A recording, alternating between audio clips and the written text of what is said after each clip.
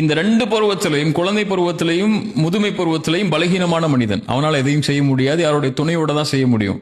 ஆனா இந்த வாலிப பருவத்தை தான் கூவத் அப்படின்னு குர்ஆன் சொல்லுது, பலம் உள்ள பருவம். இந்த பருவத்துல தான் அவன் நினைக்கக்கூடிய எல்லா விஷயங்களையும் சாதிக்க முடியும், செய்ய முடியும். அவனால இயற்கையாகவே எல்லாத்தையும் நோக்கி நகர முடியும். அவன் இலக்கை நோக்கி, லட்சியத்தை நோக்கி, அவனுடைய குறிக்கோளை நோக்கி, அவன் எதிர்காலத்தை எப்படி அமைக்கணுங்கிறத நோக்கி அவனால் நகர முடியக்கூடிய பருவம் இந்த வாலிப பருவம் தான்.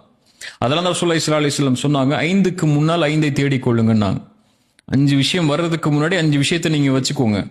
அதுல முதல்ல அல்லாஹ்வுடைய தூதர் ஸல்லல்லாஹு அலைஹி வஸல்லம் சொன்னது, உன் வயோதிகம் உன்னை வந்தடைவதற்கு முன்னால் வாலிபத்தை தேடிக்கொள்னாங்க.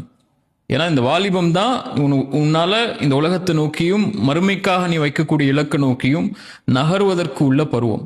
அதனாலதான் இஸ்லாமும் சரி, மத்த சமூகமும் சரி, இந்த வாலிப பருவத்தை மிக மிக மிக நேர்த்தியா சரியான முறையில வழிகாட்டணும்னு நினைக்குது.